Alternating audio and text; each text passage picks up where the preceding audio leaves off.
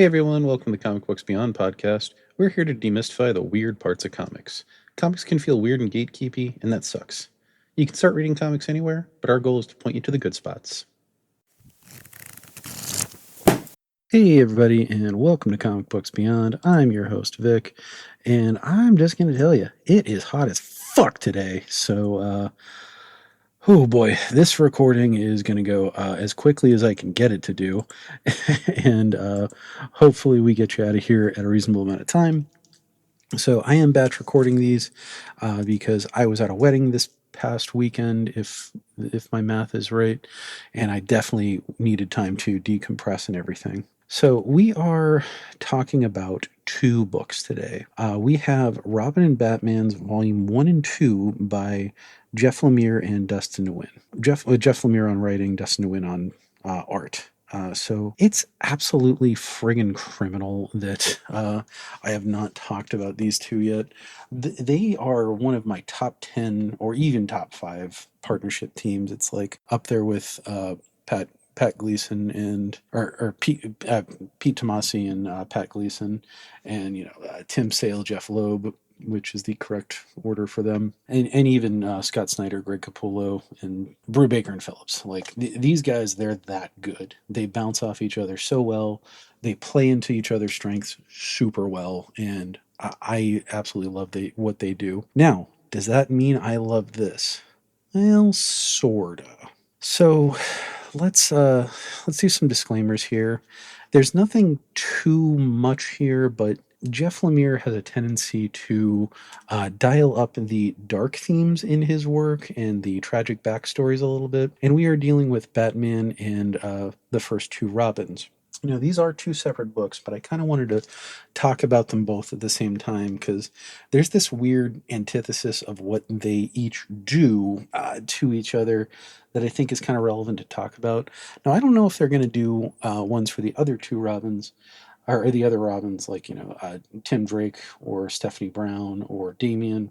I hope we don't get a Damian because I hate the little fucker. Let's talk about these in order first. So these are tonally both pretty dark books, and it's hard to say which one is darker because, well, they each do something that bothers me in a way that I really don't like, but I still do enjoy these books for the most part. I would probably reread these books based solely on if another volume comes out. Now, the nice thing about these stories is they're pretty short. I don't know if these were prestige format or anything, but these were more than 22 pages, and they're each collected into a nice hardcover. I see their names on something and I snap by. I could have read these on the app, but I wanted to pick them up because I wanted to support that team and I want to see more from them. So, sorry, these are early days of Batman picking up his first orphans to hang out with. Now, spoiler disclaimer, we're going to try to go light on spoilers.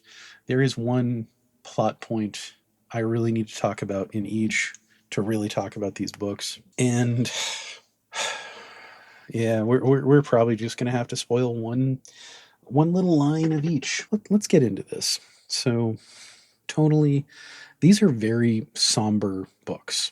Dustin Nguyen uses he uses a watercolor style, and Jeff Lemire, when he writes and draws, he draws a lot, either a scratchy pencil style or a watercolor style, where their styles are actually pretty similar, which is why I didn't actually click with him the first time, because I thought Dustin Nguyen was like kind of trying to imitate him, but that was just me being a jackass. So as far as the art being easy to understand, for the most part it is, but this is very stylistic watercolor stuff. Thematically, these books are about Batman adopting a child, rebuilding his family. The second book, I think, has a little bit more to say about this, because while he was already a stepfather, father, whatever you want to call him, in the first one, he's dealing with a whole different personality in the second. Jason Todd and Dick Grayson are polar opposites. But you can see in this one, for as naturally good as Dick was, Bruce wasn't the best father. Jason was not as naturally good. He was good, but, if we're talking like tier rankings in natural talent, if Dick gets an A, Jason might have got a B, but I think he put in more effort than Dick did. But it was because he had to. And I think that's even more true of Tim, where he had to put the most effort in, where he's the smartest, arguably even smarter than Bruce. He wasn't as good of an athlete, but we're really only talking about Dick and Jason for right now. Let's talk about the major issue I had with the first one. How do I want to put this? So if you want to know nothing, this is your time to skedaddle. If you just want to get out, just hit the pause button, because we're going to spoil one scene that I think is very important.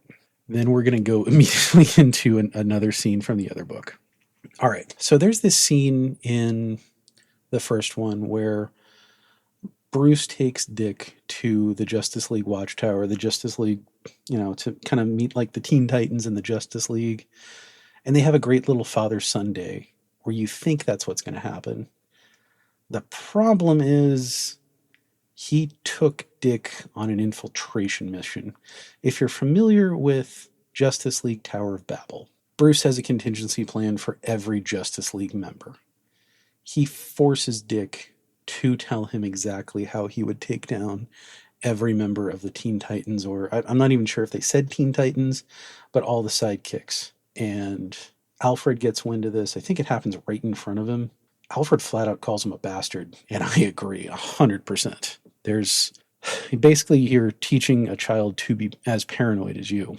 And like that really rubbed me the wrong way. But on the same token, this is kind of the major conflict plot point of the series. And the book, the first book, is largely about not how to be a good father and how to get over stuff like this.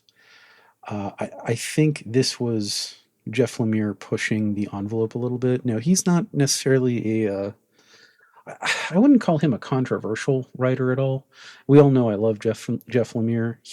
I think he was just pushing something to really show a character flaw, but there's no nuance here. This is dialed up to the 10th degree, and that's just what bothered me about this. You can fix that, but it just took a lot of effort. Now that brings me to the next book. So the next book with Jason Todd. Now, we all know, well, we don't all know. We're going to be talking much more heavily about Jason Todd next week. Oh boy, are we going to be talking about Jason Todd. Jason Todd, when he was done with Dick Grayson, he got a new Robin. Now, comparison is not healthy. It's really not good for anyone. The only time you should really compare is when you're, I don't know, shopping for a car. Comparing people, very, very wrong, especially when you're comparing children. And whether you're intentionally trying to compare or get someone to live up to someone, those expectations often are there, especially in this, where you're kind of cycling through sidekicks. Even if you directly told Jason, hey, I'm not trying to compare you guys, he's going to have those feelings, and that's what he did. He was constantly in a state of, I'm not as good as Dick. There was one scene in here, and again, spoiler warning, in 1, 2, 3. Okay, so there's a scene where Bruce is trying, and Alfred basically says, I don't know if this is a good idea with him. I think he's too damaged. And I have more of a problem with this than the scene with Dick, because Alfred's not the kind of guy that gives up. It feels like it's out of character. If Alfred didn't, give up on Bruce, why is he going to give up on Jason?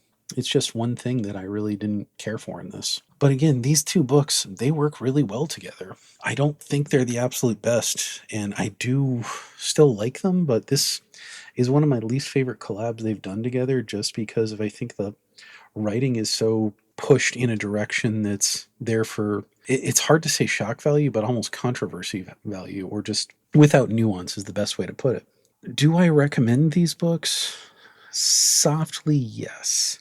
Here's the problem with the first one. We're getting a lot of early days of Dick Grayson stories. Mark Waid is writing him in World's Finest, and he also did a seminal work in his Batman and Robin Year One, which is now getting a sequel. We did an episode on that a while back. Mike was on the show. The audio quality sucks on that one, so maybe don't go back and listen to that one. As far as Jason, though, one thing I think I enjoyed this book better is that, while Alfred I thought was out of character, I think Bruce is on point. when I think of Bruce, I kind of think of a more compassionate person than I think other people do. I think Alfred is overall more compassionate than Bruce, but I think Bruce is very, very loving and caring about the kids. Like he truly thinks of them as his family, and his main part of his character is to rebuild what he lost. And I mean, I think some people just interpret his character as, just a fascist who wants to beat up, people with mental health issues, but I don't think that's accurate. He's a dude who does a lot of charity work in his time. He also, he takes in these kids constantly, and he tried his ass off with Jason. So these books are soft recommendations. I think jumping on DC Unlimited is where you want to go for these. Now, if you do appreciate Dustin Nguyen's art like I do, picking these up and owning them, sure, go knock yourself out. But I think I would honestly start with these on the Unlimited app. And no disrespect to either creator. These just happen to be some of my least favorites. But I still liked them enough where I wanted to talk about them. But it's also important that I occasionally talk about things that I don't love. I know normally on this show, I talk about things that I like more than I dislike. And I just want to give some criticism out there just so you know I'm not just trying to encourage everyone to buy everything and do all that. That's the last thing I want to do. I want you to buy and find what's for you. Hell, I don't even want you to buy it.